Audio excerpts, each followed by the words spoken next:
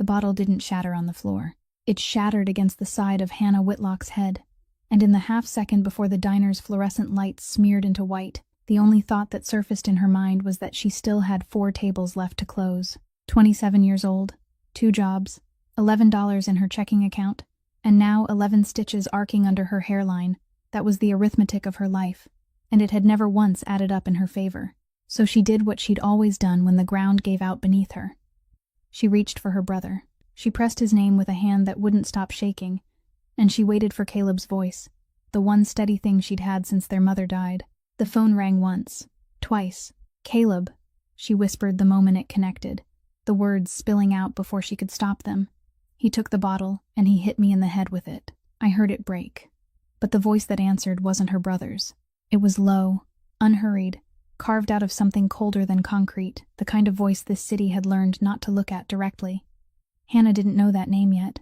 She didn't know the man breathing quietly on the other end of her brother's phone was Roland Maddox, 37 years old, the man who moved half the freight through Chicago's underworld and had never once paused between a question and his answer. All she knew was that a stranger was holding the only number that had ever meant safety to her, that he wasn't explaining why, and that something in his silence told her the floor hadn't finished falling. And for the first time in longer than he could remember, Roland Maddox didn't have an answer he was willing to say out loud. If a story about a broken woman and the most dangerous man in Chicago is something you need to hear all the way to the end, do me a favor and tap that like button right now. Share this with someone who believes people can change. And subscribe to the channel so you don't miss a single part of what happens next. Now, let's go back to the night it all began. The phone in Roland Maddox's hand wasn't his. It was a cheap model, its screen split by a single crack, its casing scratched and worn, the kind of phone a man bought only when every dollar in his pocket already had somewhere else it needed to go. It had been sitting in Roland's coat pocket for 3 days, because he still hadn't decided what to do with the things a dead man left behind. He was standing by the window of his office on the 40th floor, watching the river move black and slow beneath the bridges, when it began to vibrate against his chest. The name glowing on the screen in the darkness looked up at him like a silent accusation.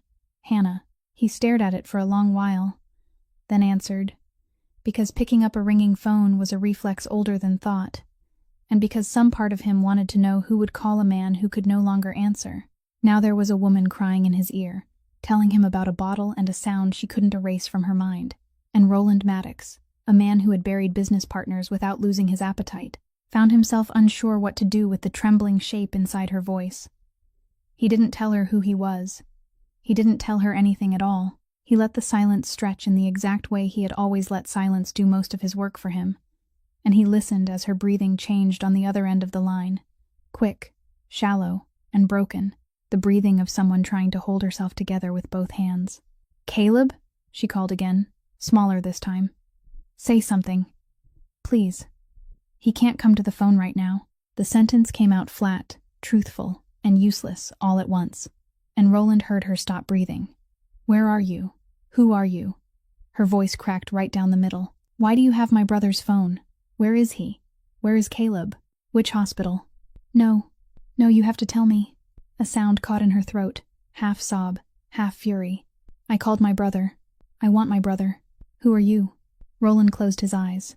Outside, 40 floors below, the city kept doing its indifferent work.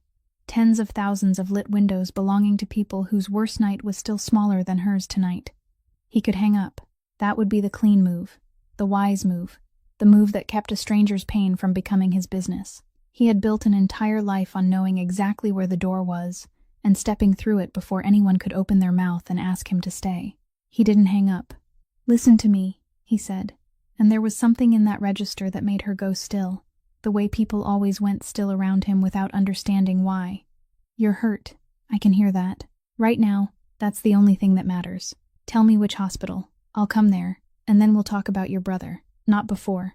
I don't know you." The sentence came out as barely more than a breath. "I don't know you." "No," he agreed. "You don't know me."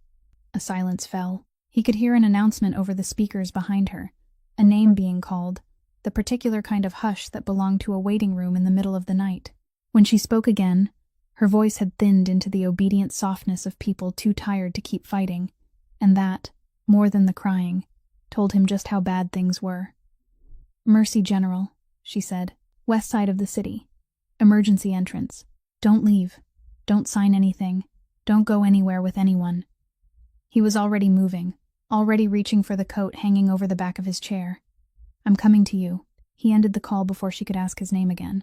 For a moment, he stood in the dark room with the dead man's phone still warm in his palm. Caleb Whitlock had worked for him for 2 years, had driven him through 3 cities and 1 ambush, and Roland had never once asked whether there was anyone at home waiting for that man to come back. It had never occurred to him, and that was the kind of thing he was beginning to learn about himself tonight, and he found he didn't much care for the lesson. Frank Delgado was waiting in the outer room, broad-shouldered and motionless, his eyes fixed on his own phone screen. He looked up the moment the door opened, reading his boss's face in half a second the way only a man who had survived for decades beside Roland could. Then rose without needing an order. Mercy, General, Roland said, pulling his coat over his shoulders. West side. Now. Frank didn't ask who. He didn't ask why. He had learned a very long time ago that Roland would tell him exactly as much as Roland wanted to tell him, not 1 syllable more. But as the 2 of them moved toward the elevator, he allowed himself one quiet, careful remark. That's the kid's phone. I know what it is, Roland replied. The elevator doors closed on both their reflections, and neither of them said another word all the way down. Hannah sat in the farthest corner of the emergency waiting room, her back pressed against the cold wall, and she was counting the floor tiles. It was a habit she had carried since childhood, from those nights when her mother grew ill and their cramped house filled with a kind of silence no child should ever have to bear. Count something, anything, until both hands stopped trembling. Right now, she had reached the 47th tile when she realized she still hadn't counted enough to stop. The nurse had told her to sit still, not to move her head too much, and she had obeyed because obedience was what she was best at, because her whole life had been one long chain of listening to other people, so she could be left in peace. That stranger's words still pressed heavily inside her chest. He can't come to the phone right now. The sentence kept repeating in her mind like a pebble rolling endlessly, refusing to settle, because she knew her brother. She knew Caleb would cross an entire burning city to answer if she called, and the thought that something had stopped him chilled her spine more than the wound on her head. She was counting the 62nd tile when the whole room changed.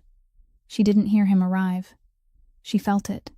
The way the air in the waiting room seemed to draw inward, the way the security guard by the door straightened a little, then decided to look somewhere else, the way a nurse hurrying past suddenly slowed, then stepped aside without understanding why she had done it. The man who entered wasn't in a hurry.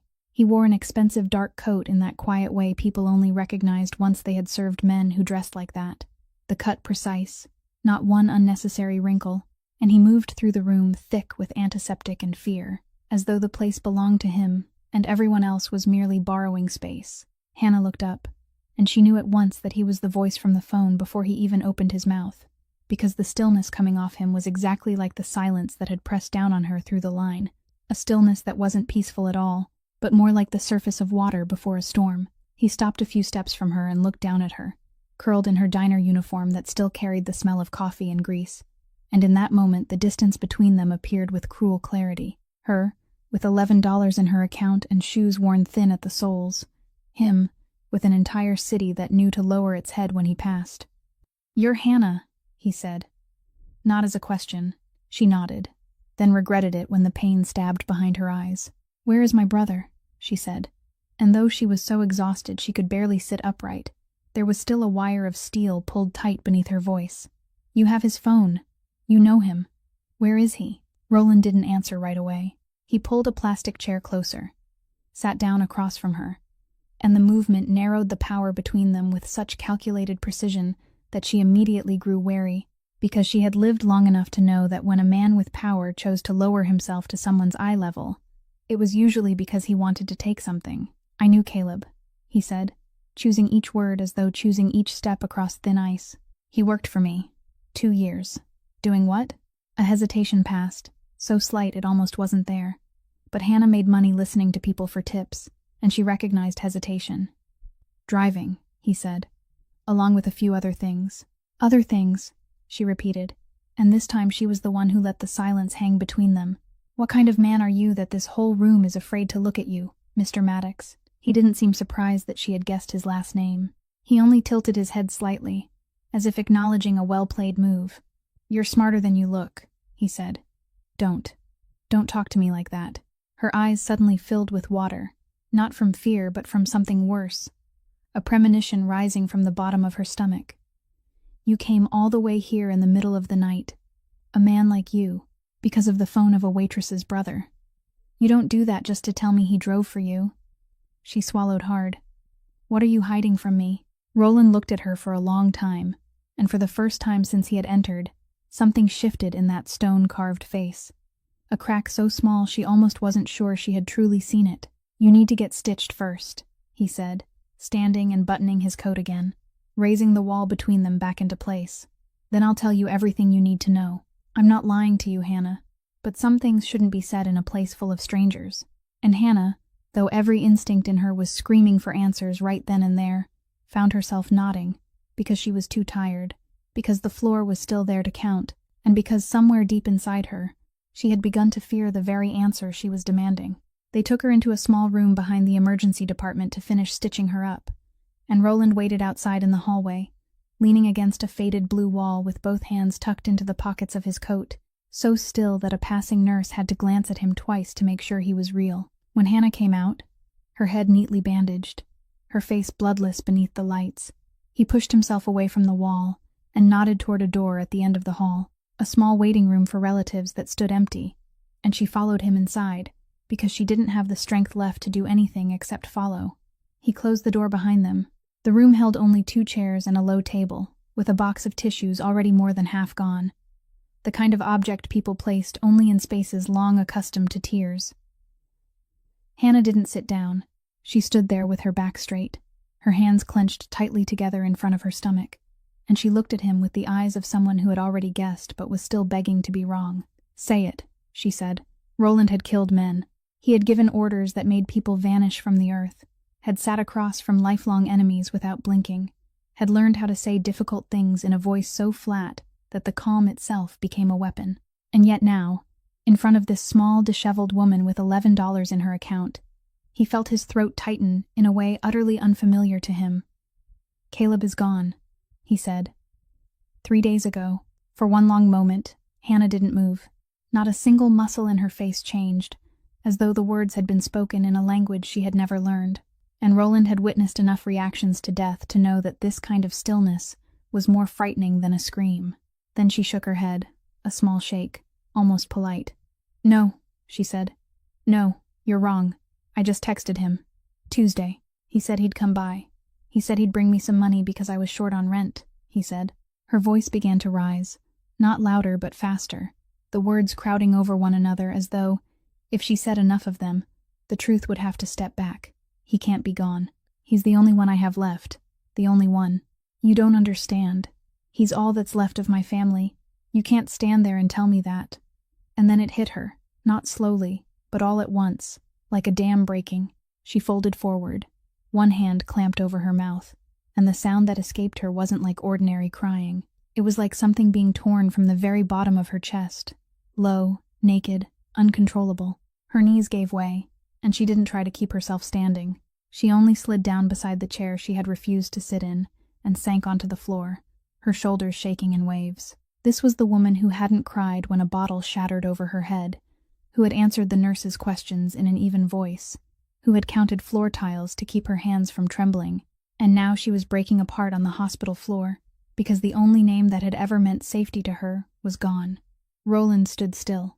A part of him, the part that had been forged across 37 years to leave any room where tears appeared, pushed him to turn away. But he didn't turn away. He stood there and let her cry, because he understood, in a way he had no words to name, that he owed her at least this presence. Because 3 days earlier, under the sick yellow lights of a warehouse by the harbor, everything had collapsed in a matter of seconds, and when the moment that should have ended Roland Maddox came for him, he wasn't the one who took it. Caleb had been there. Caleb had thrown himself into the empty space between Roland and death, without a single instant of hesitation, as if he had known, as if he had already decided it beforehand, and Roland had held a fading man in his arms without being able to understand why a hired man would choose to trade his life for someone like him. That question hadn't left him for 3 days.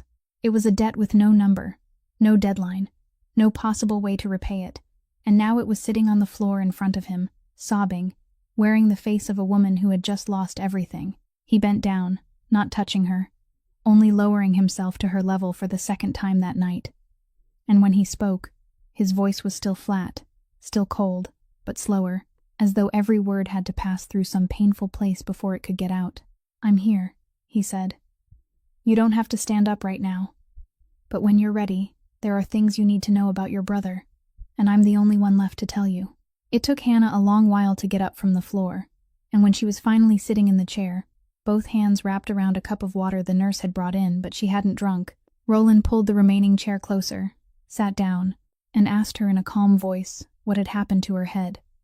Not because he hadn't already guessed, but because he wanted to hear her say it herself. And Hannah, exhausted to the point that she had no walls left to hold anything back, told him. She had worked at Halverson's Diner on Archer Avenue for 3 years, the night shift, from 6 in the evening until 2 in the morning, the shift nobody wanted, because late-night customers were usually drunk, and the tips were uncertain, but she took it because the night shift paid a little extra, and because during the day she still cleaned for an office cleaning company. Travis Boyd was the night manager, a man in his 40s with a beer belly and a habit of standing too close to the waitresses, and everyone at the diner knew to stay away from him, knew that the schedule was in his hands, knew that one complaint made in the wrong place could turn into 3 Monday night shifts in a row, or worse, into your name being crossed off the schedule completely. That night, the diner had closed to regular customers, but Travis told her to stay, said some important guests of his were coming by, some business friends, and he wanted her to stay and serve them, pour drinks, sit with them, laugh at their jokes, and when Hannah understood what that word serve meant by the way he said it, she refused. She said her shift was over. She needed to go home, and she tried to say it gently because she needed that job, needed every dollar from it. But Travis had been drinking since early on, and liquor brought the worst part of him to the surface. When she still wouldn't back down, when she reached for her purse and said she was leaving, everything happened very fast right there at the bar, where the bottles of liquor stood in neat rows beneath the yellow light. She didn't tell that moment again. She didn't need to. The white bandage wrapped around her head had already spoken for her, but she told him what came after.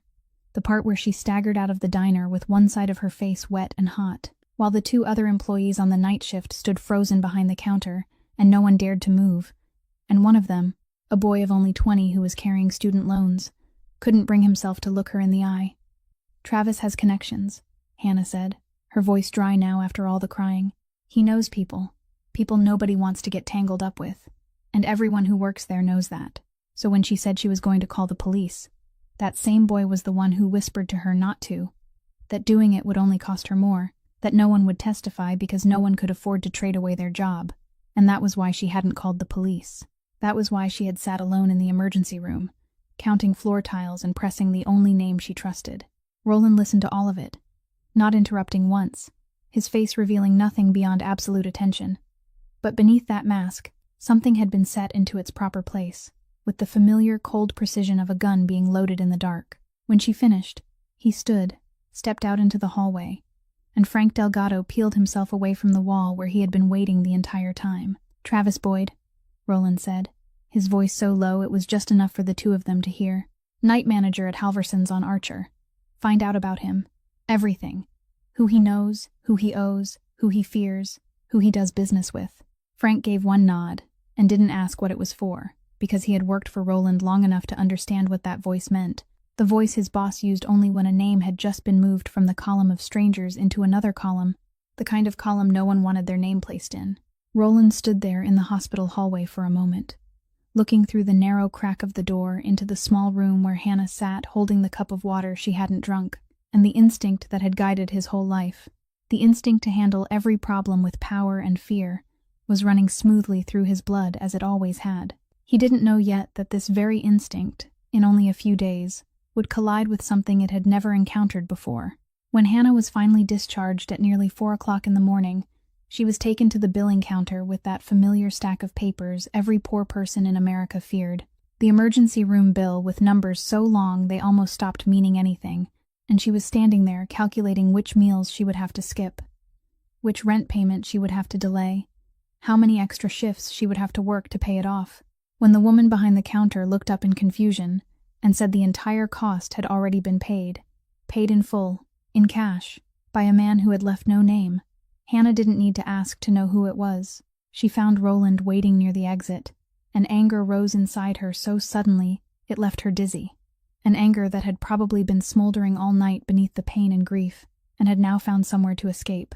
"You had no right," she said, her voice trembling but clear. "You didn't ask me. You don't know me. You can't just pay for me and think that settles everything." Roland looked at her with the calm expression of a man who had never had anyone question his kindness, because to him it wasn't kindness at all, but a calculation, an expense meant to close a line of debt in his ledger. "I owe your brother," he said. "This is how I repay it." "No," she answered at once. "That's how you make yourself feel better. You think a stack of cash can erase the fact that he died?" The sentence hung between them in the empty hospital lobby, and for the first time that night, Roland didn't have an answer ready. He told her he had arranged an apartment in another neighborhood, safer, that the place where she was living wasn't safe anymore once Travis Boyd knew she was still in the city, that he would have someone take her there that very morning. And Hannah heard in his voice the tone of a man used to giving orders and being obeyed, and it was exactly that tone that made her take one step back. "You're deciding for me," she said. "That's exactly what Travis does. Stay, go, sit down, pour the drinks. You think you're different from him because you have more money, but both of you are telling me I don't get to choose my own life." Roland fell silent, and she saw that the words had struck somewhere he hadn't expected, because his face briefly hardened in the way a person's face does when someone touches a wound they didn't even know they had. Just then, the sliding glass doors opened and a woman about Hannah's age rushed in, her hair hastily pinned up, her coat worn inside out, her face frightened, and when she saw Hannah she let out a sob and crossed the lobby to pull her friend into her arms, careful to avoid the bandaged part of her head. It was Dana Mercer, the woman who worked the same shift at Halverson's, the one who hadn't been there the night it happened, because she had traded shifts with someone else, and had been calling Hannah non-stop since she heard the news. "Oh my God, your face," Dana said, cupping Hannah's face in both hands, her eyes red. "I'm going to kill Travis. I swear, I will." Then she stopped, noticing the man in the dark coat standing a few steps away with the posture of someone who owned every room he entered, and Dana shot Hannah a wary, questioning glance. Hannah explained briefly that he knew Caleb and said nothing more, and Dana, sharp in the way of someone who had waited tables long enough to read strangers in 3 seconds, didn't ask anything else, but she didn't take her eyes off him either. When Dana pulled Hannah into a corner and whispered to ask whether she was all right, whether she needed a place to stay because Dana's apartment was cramped, but there was still a sofa, Hannah felt something warm rise in her chest, something all of Roland's cash couldn't buy, the presence of someone who had nothing to give except herself. "I'll stay with Dana," Hannah said, turning back toward Roland, her voice steadier now. "Not at your apartment. If you really owe my brother, then the way to repay him isn't to turn me into something you put away somewhere safe." Roland looked at the two women leaning against each other, one holding the other up with the only thing they had, and he realized, with a strange and uncomfortable feeling, that this was the first time in many years someone had refused what he offered without being afraid.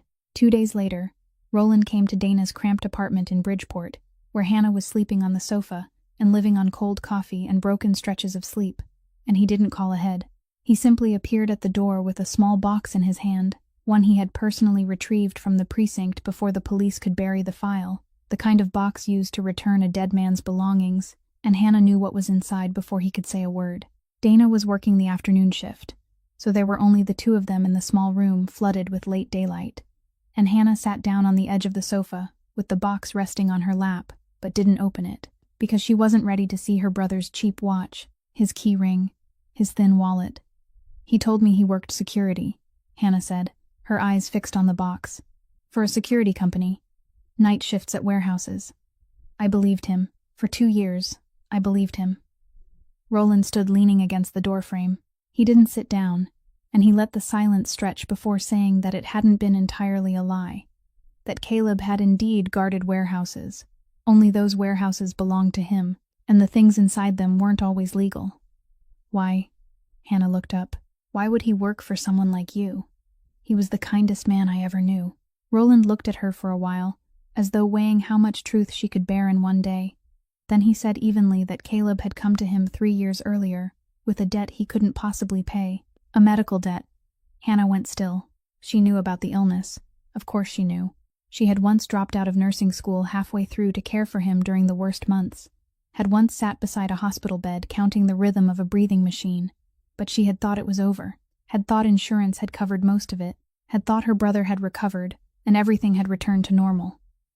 "He hid it from me," she whispered.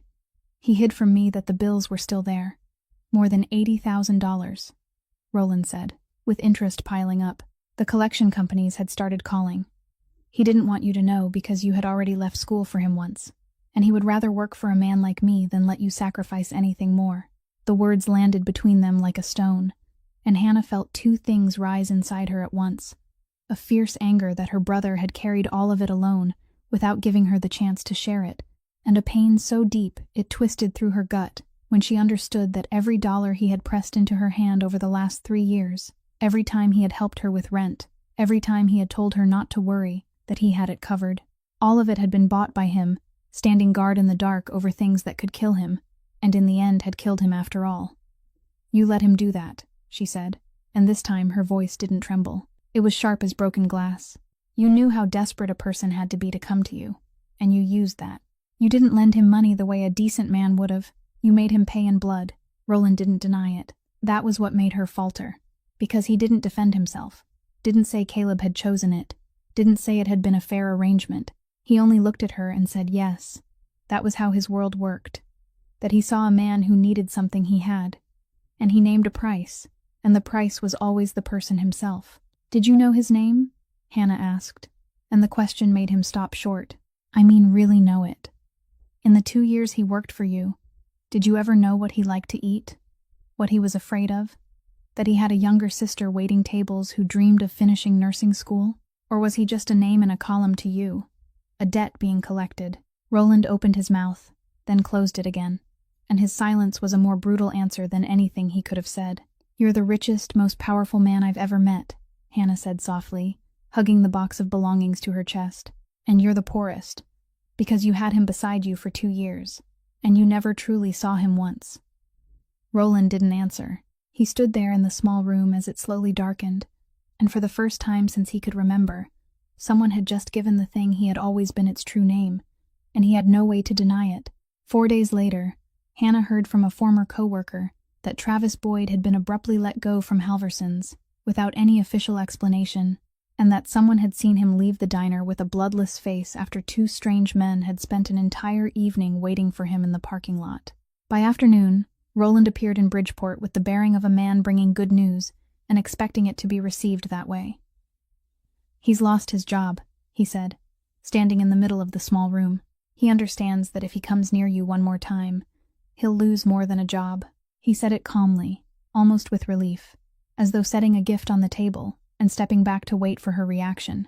And for a moment he truly believed she would be grateful, that this was what anyone in her position would want, the man who had hurt her punished quickly, cleanly, and decisively by a power he wouldn't dare fight. But Hannah didn't thank him. She rose from the edge of the sofa, and he saw that familiar thing return to her eyes, that wire of steel pulled tight beneath the exhaustion. "You did it again," she said. "Decided for me again." Roland stopped, genuinely confused in a rare way, because he couldn't understand how what he had just done could be seen as a mistake. "He split your head open," he said, his voice showing for the first time something close to irritation. "I made him pay without you having to lift a finger. Did you want him still walking around out there untouched?" "I wanted," Hannah said, stepping closer, not retreating at all beneath the weight of him. "I wanted him to go to court. I wanted to stand before a judge and say what he did, under my real name, in a room where the record would remain forever. I wanted him to have a criminal conviction follow him for the rest of his life, so the next woman he tries to hurt can search his name online and know to stay away. That's justice. What you just did. 2 men in a parking lot. A threat in the dark. That isn't justice. That's only a bigger monster, frightening a smaller monster. And tomorrow morning he'll still be a free man walking through this city, just a little more afraid." Roland opened his mouth to say that her way wouldn't get anywhere. That the courts for poor people were a slow and merciless machine. That men like Travis had always slipped free, but Hannah had already seen that coming. "I know," she said, her voice softer but not weaker. "I know I might lose. I know maybe no one will testify. Maybe he'll hire a better lawyer. Maybe I'll stand there and tell the whole story. and still walk away with nothing. But that's my risk to choose. Do you understand? My whole life, people have decided for me. My boss, my landlord, the hospital bill, and now you. My brother died so I wouldn't have to sacrifice any more. And now you're standing there taking away the one thing I can still do for myself. She stopped, her chest rising and falling, her eyes bright not with tears but with something harder. If I let you handle him your way, then this story becomes yours, not mine. And I'm so tired of my life belonging in someone else's hands. Roland stood still for a very long time. He had spent his whole life in a world where power was the only language, where a problem was solved by making it disappear, and no one, not an enemy, not a cop, not a judge, had ever made him question that logic itself. Yet this woman, with nothing in her hands except an uncertain job and a head that had just been closed with 11 stitches, had left him standing there without words. "Then what do you want me to do?" he said at last, and it was a real question, perhaps the first honest question he had asked anyone in years. "Nothing at all," Hannah replied. "That's the hardest part. I know. Don't handle it. Let me do it myself. If you truly want to repay my brother, then believe I'm strong enough to stand on my own 2 feet, exactly the way he always believed." Across the city, inside a private club with dark paneled wood walls and yellow light deliberately kept dim enough to leave everything in shadow, Vernon Stagg sat at his usual table with an untouched glass of malt whiskey and listened. Vernon was in his 50s, his silver hair neatly cut, his suit custom-tailored, looking more like an investment banker than a man who controlled half the routes Roland Maddox didn't control, and that was exactly how he wanted people to see him, because Vernon believed showy violence was the mark of a man without imagination. He had spent years waiting for a crack in Roland, a soft place, something that could be squeezed, because the port of Chicago was large enough to make 2 men rich, but not large enough for both of them to be kings. And Vernon had decided long ago that only one man would survive this struggle. Sitting across from him was a man in his 40s, broad-shouldered, with a face so ordinary it was easy to forget, the kind of face that was useful in his line of work, and Otis Lund spoke softly, steadily, with the bored air of a man reporting the weather. Otis had worked for Roland for many years, long enough to be trusted, close enough to know things only an insider would know. And he told Vernon about a woman. "Maddox never takes his eyes off business," Otis said, lightly turning the glass in his hand. "Never has. In all the years I've been around him, there's never been anything but business. But this week he's gone twice to an apartment in Bridgeport, driving himself, alone, not for work." Vernon lifted one eyebrow, and Otis went on, telling him about the waitress, about the fact that she was the sister of the young driver who had died that night at the warehouse, about Roland paying her hospital bills, trying to move her somewhere safe, doing things Otis had never seen him do for anyone in his entire career. Vernon listened with the focus of a crocodile lying still beneath the surface of the water, and when Otis finished, he let the silence stretch, took his first sip of whiskey that evening, then said, almost to himself, that it was interesting. "A man with nothing to lose is a man who can't be controlled," Vernon said. "That's what has made Maddox dangerous all this time. He has no wife, no children, no living parents, not one thing in this world we can put a hand on to make him sit down at the negotiating table." He stopped, his eyes brightening in the dim yellow light. "But now, perhaps, he has just created something for himself."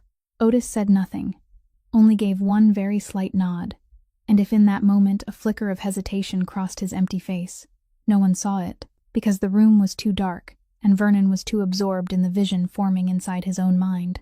"Find out about her," Vernon said. "Name, address, habits, every route she takes. Don't touch her. Not yet. A card only has value when the opponent doesn't know we're holding it." He turned the glass, watching the amber liquid catch the light. "For years, I've tried to find a way to force Roland Maddox to give me the port, and God has just dropped a waitress into my hands. Life can be very generous sometimes."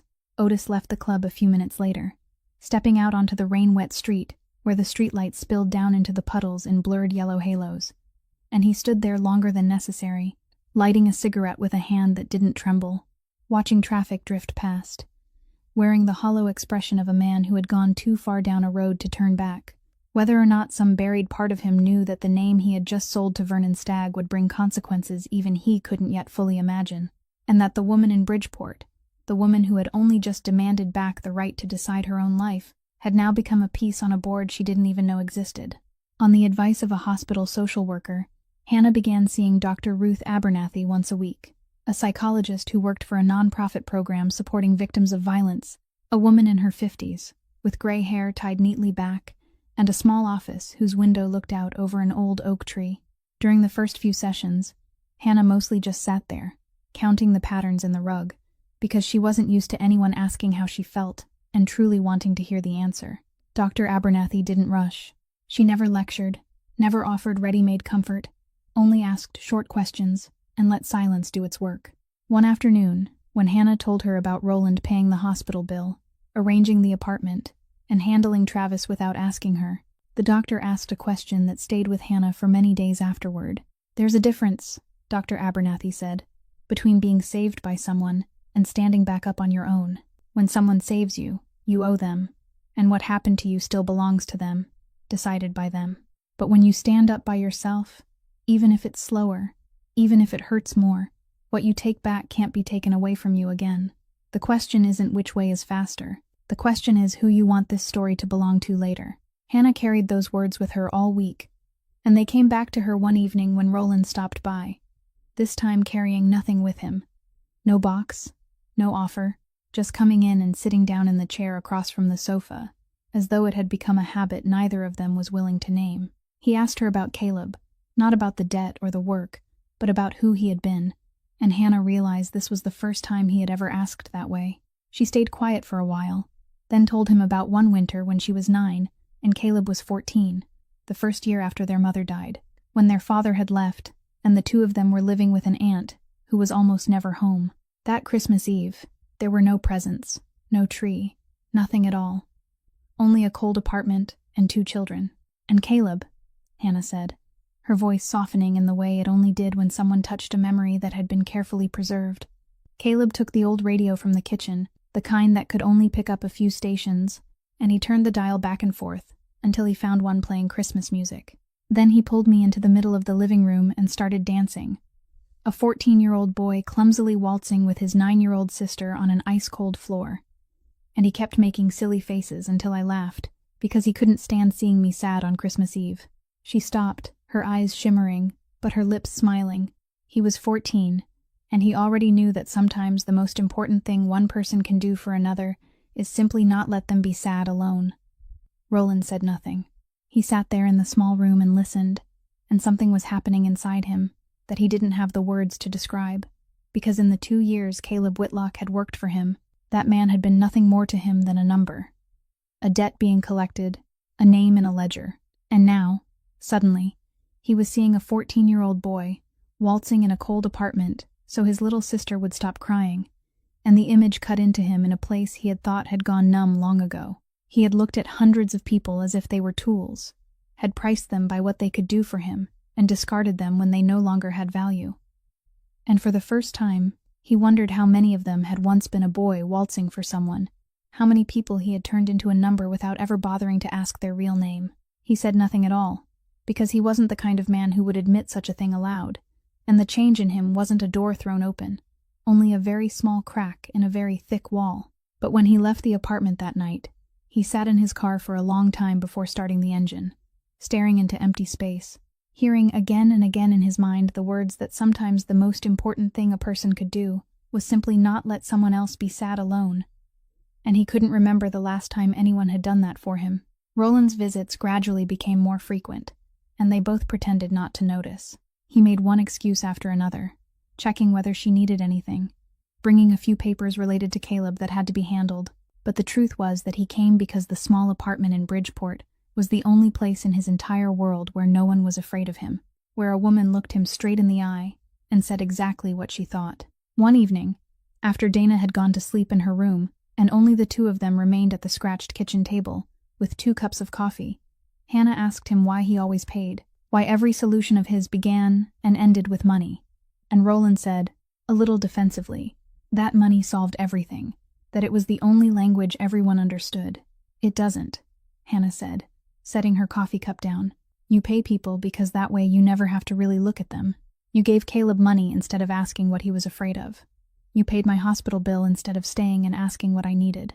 You threw 2 men into Travis's parking lot instead of asking what kind of justice I wanted." She looked at him, her eyes not accusing at all, but almost compassionate. And that was what made the words hurt more. You save people with money because you don't know how to respect them. Respecting someone means believing they have the right to choose for themselves, that they aren't a problem for you to solve. But you never learned how to do that, did you? Because in your world, a person and a debt are the same thing. Roland didn't answer right away, and inside that silence was a new kind of tension. Not exactly anger, but the feeling of a man who had just been seen all the way to the bottom by the only person he didn't want seeing that far, and he sat there for a long time with both hands wrapped around his cold coffee cup, a man unaccustomed to having nothing to say. He left that night without arguing, and Hannah thought perhaps she had pushed him too far. But in the days that followed, things began to change in ways she couldn't see. There was a man named Eddie Kessler, who owed Roland's organization a debt that had been overdue for months. A mechanic with a small shop barely staying alive and a sick wife. And by the usual rules, at this point they would take the shop, turn it into a lesson for other debtors. But Roland made a call and erased the debt, saying only that it was finished, then hanging up before the man could stammer out a question about why. A few days later, an associate brought him a lucrative contract involving the transport of a kind of product Roland knew would eventually end up in the hands of people selling it to kids at high schools on the south side of the city, a deal the old version of him would have signed without blinking because the profit was too great to refuse. But this time, he pushed the folder back across the table and said no, leaving the associate staring at him in shock as though he had spoken in a foreign language. Roland didn't tell Hannah about any of this, and that was what mattered. He didn't do it so she would praise him. He did it because, for the first time in his life, there was a voice in his head, the voice of a woman sitting at a kitchen table asking him why a human being and a debt had become the same thing, and he found he could no longer answer that question the way he once had, but he was still himself. And one evening when he saw Hannah again, when the space between them on the small chair had become close enough that both of them were fully aware of it, when she lifted her eyes and their gaze held longer than an ordinary look should, it was Roland who stood and stepped back, because he knew exactly what kind of man he was, knew exactly what his hands had done, and he wouldn't allow himself to pull this woman into that darkness just because, for the first time in many years, he wanted something for himself. "You should sleep," he said, his voice rougher than usual, and he left more quickly than he needed to, carrying in his chest something that felt both like hope and like a wound, two things he had never learned how to tell apart. Frank Delgado found the first thing while following Travis Boyd's trail, and it was a coincidence strange enough to make him stop, because among the list of people Travis had once owed money to was a name Frank had seen somewhere else recently. A shell company Vernon Stagg's organization used to launder money, and one link pulled another after it, until by the end of the week, Frank was sitting across from Roland in the office on the 40th floor, with a file he placed on the desk with the gesture of a man who didn't want to be the one bringing this news. "The night at the warehouse wasn't an accident," Frank said. Roland sat very still. For the 3 days after that night, he had treated it like an occupational hazard, an unexpected run-in with a crew of cargo thieves, exactly as it had been staged for him to believe. But now Frank was spreading something entirely different in front of him. Recorded calls, money transfers, a route changed at the last minute by the only person with the authority to change it. "They knew you'd be there," Frank said. "They knew exactly which gate your car would use, which route it would take, what time you'd arrive. Only a very small number of people knew those things." Roland looked down at the file, and the name appearing there, again and again in the records, was Otis Lund, the man who had stood beside him for years, the man he had trusted to arrange his movements, the man he had never once thought of when asking himself where that night had gone wrong. "Vernon paid Otis to betray you," Frank went on, his voice even but heavy. "The plan was to end you right there at the warehouse, clean and neat, make it look like a robbery. You were supposed to die that night." Then Frank stopped, because the next part was the hardest part, the part he had pieced together from the statement of a detained gunman and from what the scene had left behind. "The kid knew," Frank said quietly. "Caleb." Somehow he sniffed out that there was an inside man. Maybe he overheard something, or maybe he noticed Otis change the route for no reason. "That night he tried to warn you, but he didn't make it in time. Everything happened too fast." Frank lifted his eyes and looked straight into Roland's. "He didn't take that bullet on reflex, boss. He knew who that bullet was meant for. He had 1 second to choose, and he chose to step in between." Roland said nothing for a very long time. For 3 days, he had carried the question of why a hired man would trade his life for someone like him, and he had answered himself by saying it was only reflex, only a moment when the body acted before the mind could interfere. Because that answer was easier, because it didn't require him to owe anyone anything conscious. But now that easy answer had collapsed. Caleb Whitlock, the man Roland had regarded only as a number in a ledger, had seen death coming and had enough time, even if only one brief second, to understand what was happening and to choose. He had chosen to stand in Roland's place, a man whose real name Roland had never bothered to ask, a man Roland had bought with the man's own desperation, had died a deliberate and conscious death so Roland could live, and Roland hadn't even understood that until now. He thought of Caleb's little sister, of the cold apartment and the clumsy waltz and the words about not letting anyone be sad alone, and he understood, with brutal clarity, that the kindness Caleb had given his sister and his final act at the warehouse were the same thing, the same person, the person Roland had been near for 2 whole years and had never truly seen. "Burn them all," Roland said at last, and his voice had returned to that familiar flatness.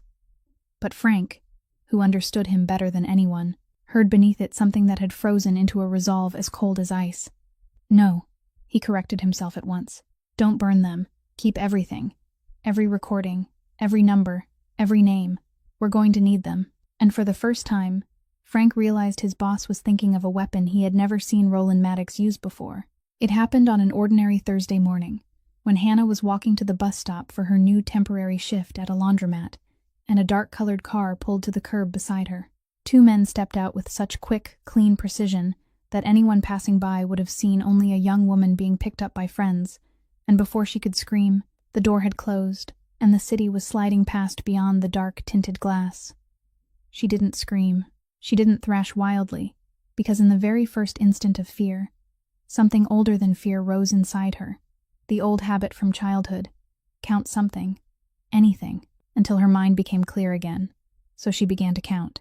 She counted the number of turns the car made, counted the seconds between every stop at a red light, listened to the sound of the elevated train echoing from the left before fading away, memorized the smell of engine oil and stale cigarette smoke inside the car, carved the faces of the 2 men into memory through the narrow space between the front seats. When the car stopped and they took her into a building, she counted the stairs, counted the number of doors they passed through, listened to the steady drip of water somewhere, and the low rumble of something that sounded like industrial machinery beneath the floor, and she remembered that the room they locked her in had a high window boarded over but still letting in one thin blade of light, that there was a water stain on the ceiling shaped like the state of Florida, that the door lock was new while the hinges were old.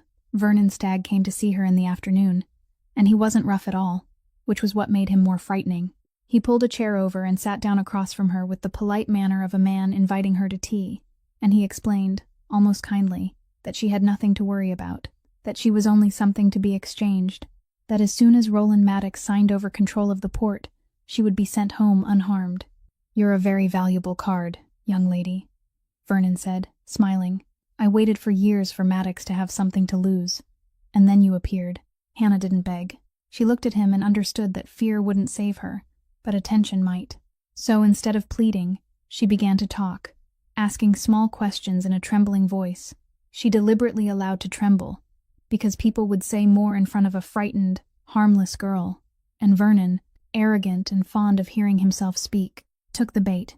He talked about the port, about how long Maddox had blocked his path, and when he mentioned, almost smugly, that he had been waiting since the failed night at the warehouse, Hannah kept her face blank even though everything inside her had just turned to ice, because she had understood that the night at the warehouse was the night her brother died, and the man sitting in front of her was the man who had given the order. She kept counting, kept memorizing, every name he let slip, every location he mentioned, the way he called someone and spoke about a shipment arriving at the port on Saturday night, and she stored all of it in the place in her mind where she had always kept numbers, coldly and neatly, turning terror into data, because it was the only thing she could control. That night, alone in the locked room, she didn't cry and didn't pound on the door.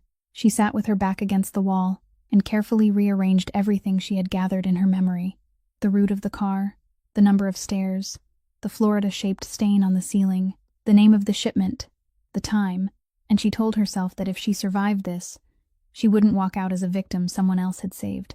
She would walk out carrying enough to bury the man who had killed her brother, in her own way, in a courtroom, under the light, with his real name written into the record.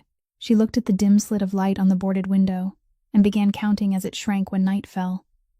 And for the first time in her life, counting was no longer a way to survive fear. It had become a weapon. Roland knew Hannah was missing before Vernon even had time to call, because Dana had phoned him in a panic when Hannah didn't show up for work and didn't answer her phone, and by the time Roland's phone rang with an unknown number and Vernon's smooth voice came through proposing an exchange, he was already standing by the window on the 40th floor with a terrifying calm. Vernon set the terms, the port in exchange for the girl, the deadline at dawn, and Roland said he needed time to prepare the papers, his voice even, yielding, exactly the voice of a man who had been brought to his knees by his own weakness. And Vernon, certain he had read the board correctly, gave him that time. That was his mistake, because while Vernon thought Roland was kneeling, Roland and Frank were tracking Otis Lund. They didn't need to torture him. They only needed to show him the file, the call records, the money transfers, and Otis's empty face broke open with fear when he understood that he had been exposed. In exchange for a promise that he would be allowed to live, he gave them the location, an abandoned packing plant on the edge of the Southern Industrial District. Meanwhile, inside the locked room, Hannah wasn't sitting and waiting. She had spent the entire night and morning observing, and she knew the door hinges were old, knew the morning guard was careless and often left his post to smoke, knew he kept his gun on his left hip and carried the keys in his shirt pocket. When he brought her a bottle of water and a sandwich, she did what she had been calculating for hours. She pretended to faint, collapsing limply onto the floor, and when he cursed and stepped closer, bending down to check on her, she swung the heavy wooden slat she had pried loose from the window and struck him in the temple, not a wild blow but a precise one aimed exactly where she had planned, and he went down. Her hands shook violently as she searched his shirt pocket for the keys, and for 1 second she stood there, chilled by the irony, realizing that a blunt object had once been used to split her head open, and now a piece of her prison had just become the thing that gave her freedom back. But she didn't have time for that thought. She unlocked the door and stepped into the hallway, the very hallway where she had counted every door, moving in the direction she remembered as the one with the thin line of daylight. She was almost at the emergency exit when she heard a loud noise from the front of the building, a door being broken open, running footsteps, shouting, and she pressed herself into a dark corner, her heart pounding, not knowing whose men they were. Then she heard Roland call her name once, sharp and decisive amid the chaos, and she stepped out. They met in the corridor of that abandoned plant, he with blood that wasn't his on his sleeve, and eyes burning with violence held so tightly in check it had become almost still, and she with the guard's keys still clenched in her trembling hand. And in that moment, he looked at her and understood at once that she hadn't waited to be saved, that she had opened the door herself before he could reach her. "You got out on your own," he said, not as a question, and there was something in his voice almost like awe. "I was getting myself out," she answered, her breath broken. "You just arrived at the right time." Frank appeared behind Roland, nodding to signal that the area had been secured, that Vernon's men had been subdued without any major gunfight, because Roland had given a clear order from the start that this wasn't a massacre, this was a rescue, and everything had to be kept clean for reasons none of them except him fully understood yet. But Vernon Stagg wasn't there. He was too smart ever to be present in person at the place where someone was being held, and when Roland looked around the empty plant and understood that his enemy was still out there, he turned to Hannah, about to say he would handle the rest, about to return to the old instinct of placing himself between her and every danger. But she cut him off, still shaking, still pale, but her eyes blazing. "I know he has a shipment coming into the port Saturday night," she said. "I heard him on the phone. I remember everything, every name, every time. Don't kill him, Roland. I have enough to make sure he can never hurt anyone again, the right way." And Roland, who had come here with every intention of ending Vernon Stagg with his own hands, stood frozen for the second time before this woman. That night, after Hannah had been picked up by Dana and examined by a doctor, Roland sat alone in his office on the 40th floor, with Frank's file spread across the desk and the silence of the city stretched out beneath him, and he stood before the clearest choice of his life. He knew where Vernon Stagg was. He had the men, the weapons, the reason, and the version of himself he had been for 37 years wouldn't have hesitated. He would have ended this in the only way his world understood. A bullet in the dark, a body disappearing, a problem solved by making it stop existing. And no one would have blamed him, because Vernon had killed Caleb and kidnapped Hannah and deserved to die. The temptation was so strong he could almost taste it in his mouth.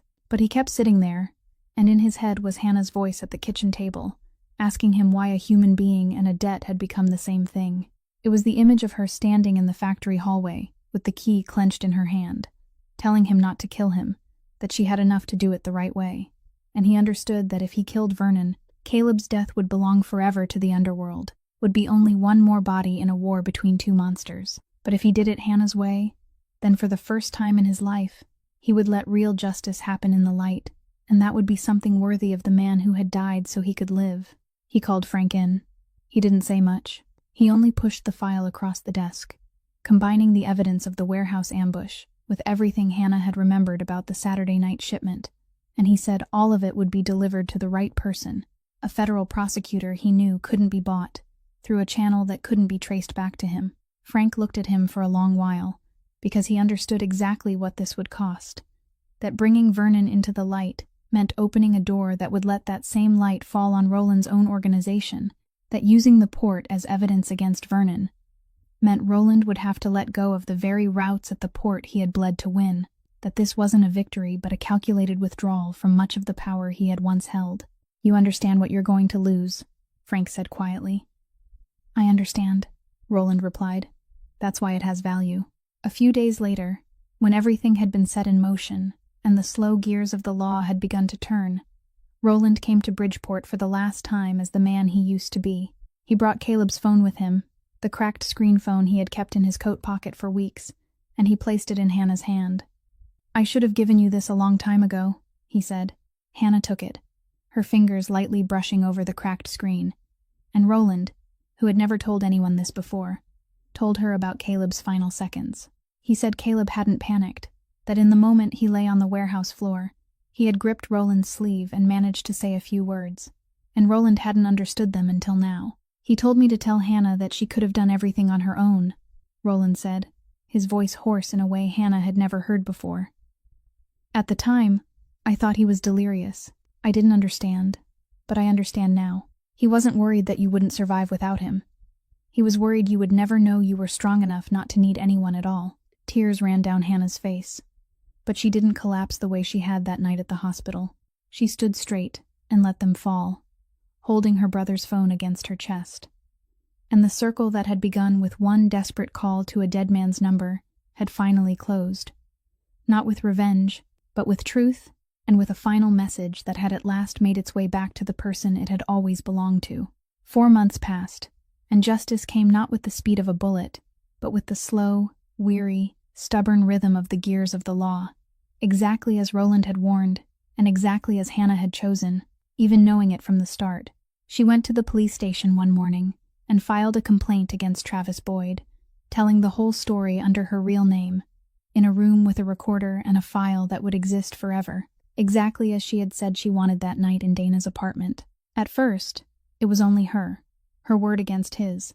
Exactly the bleak picture the young man at the diner had warned her would go nowhere. But Dana came and stood beside her, testifying that she had witnessed the way Travis treated the waitresses for years. And then something happened that Hannah hadn't expected. When word spread that someone had finally dared to stand up, 2 other women who had once worked at Halverson's contacted the prosecutor, then another woman after them, each carrying her own story, each one buried out of fear, just as Hannah had once been afraid. Suddenly, one woman's word became the word of 4 women, and the shadowy power Travis had always leaned on to threaten his employees turned out to be far thinner when it had to face a file thick with consistent statements. Travis Boyd was charged with assault and a series of other accusations, and though the process was long and exhausting, filled with interviews and delays, Hannah walked through every step of it with her head held high, because every step was hers, chosen by her, with no one doing it in her place. At the same time, on a much higher floor of the system, Vernon Stagg fell in the very way he had once despised, not in a bloody settling of scores, but beneath the weight of evidence. When a federal prosecutor received an anonymous file so complete it almost needed no further investigation. Call records, money trails, testimony about the warehouse ambush, and even details about a shipment coming into the port on a Saturday night that could only have come from someone who had heard Vernon say them himself. And those meticulous details, those numbers and names Hannah had carved into memory inside the locked room, became the thing tightening around his throat. Vernon's empire broke apart piece by piece as his associates turned one after another to cooperate with the authorities to save themselves. And the name Stagg, once something people lowered their voices to speak in dark clubs, now became a headline on the news with the word arrested standing right beside it. As for Otis Lund, the man who had sold out his loyalty for Vernon's gold, he vanished from the grid entirely, forced into state protective custody, as the primary witness whose testimony ensured the iron gates of the federal penitentiary would never open for Stagg again. One morning, standing before the small mirror in the bathroom of her new apartment, a modest place she had rented herself with money she had earned and not money someone had given her, Hannah swept the hair from her forehead and looked at the thin scar just beneath her hairline, much faded after 4 months, a pale white line no one would see if she wore her hair down. She had once thought she would want to hide it forever. But that morning, she left her hair swept back for a long while, looking at the scar in the mirror without turning away, because she understood that it wasn't the mark of something that had been done to her, but the mark of something she had passed through and come out of on the other side by standing on her own 2 feet. It wasn't a stain. It was proof that there had been a night when the ground had collapsed beneath her feet, and she had not only survived, she had stood back up, reclaimed her name, and turned the very thing that was supposed to destroy her into a foundation. She let her hair fall back down, not to hide it, but simply because she liked it that way, then went to make coffee, because that day was an important one, and she didn't want to be late. The important day Hannah didn't want to be late for was the first day she returned to the classroom, because she had enrolled again in the nursing program she had abandoned many years earlier, this time not to care for an ill family member, but because she had come to understand that choosing a profession built on looking directly at a human being in pain and treating them with dignity was the complete opposite of the world that had taken her brother from her, and she wanted the rest of her life to belong to the other side of that line. She still worked extra shifts to make ends meet, still counted every dollar, but for the first time, the numbers in her life had begun adding up in her favor. As for Roland, he did what no one in the underworld believed a man like him could ever do. He began to step back, quietly and methodically, turning what could be made legitimate into truly legitimate businesses, letting go of the port routes that had once been his crown, leaving behind a vacuum of power he no longer wished to fill. It wasn't quick, and it wasn't clean. The past didn't release people that easily, but he had begun, and more importantly, he had begun seeing a counselor, sitting in a quiet room every week to learn the hardest thing for a man like him, how to tell the difference between protecting someone and controlling them, between standing in front of someone and standing beside them. He and Hannah didn't rush anything. What grew between them wasn't the story of a wealthy boss rescuing a poor girl, because that was the very shape both of them had rejected from the beginning. It was something slower, more equal, built on evenings at the kitchen table and the times he learned to ask what she needed instead of deciding for her, the times she allowed him to come close without surrendering a single inch of the autonomy she had paid such a terrible price to reclaim. He no longer stood in front of her. He learned how to stand beside her. And on a late autumn afternoon, as they walked beside the river where he had once stood looking down at the black water on the night everything began, Hannah stopped, brushed the lock of hair away from her forehead so the wind could touch the thin scar that was now almost invisible, and she thought about the night a bottle had shattered against her head and the ground had seemed to collapse beneath her forever. Then she realized that the thing that was supposed to destroy her had turned out to be the beginning of the person she became. A woman who no longer waited for someone to come save her, a woman who knew she was strong enough to stand on her own, exactly as her brother had wanted her to know with his final words. And perhaps that is what this story wants to leave with each of us, that a person's worth does not lie in being sheltered by someone powerful, but in the right to be respected, to decide their own life, to rise on their own 2 feet, no matter how slow or painful the road may be, and that sometimes the greatest gift we can give someone we love is not solving everything for them, but believing they are strong enough to do it themselves, and quietly standing beside them on that journey. If the story of Hannah and Roland has touched something in your heart, please press like, share this video with the people you think need to hear it, and subscribe to our channel so we can continue listening together to many more moving and meaningful stories every day. We would love to know how you feel about this story, whether it echoed anything in your own life, whether you have ever had to learn how to stand back up instead of waiting to be saved, or how to respect the right of someone you love to choose for themselves. Please leave a comment and share with us the feelings deep in your heart, because each of your stories is also part of what gives this channel its meaning. Thank you for listening all the way to the very last moment. We wish everyone watching this video abundant health, a joyful life, and peace and serenity every day. Goodbye for now, and we'll see you again in the next videos.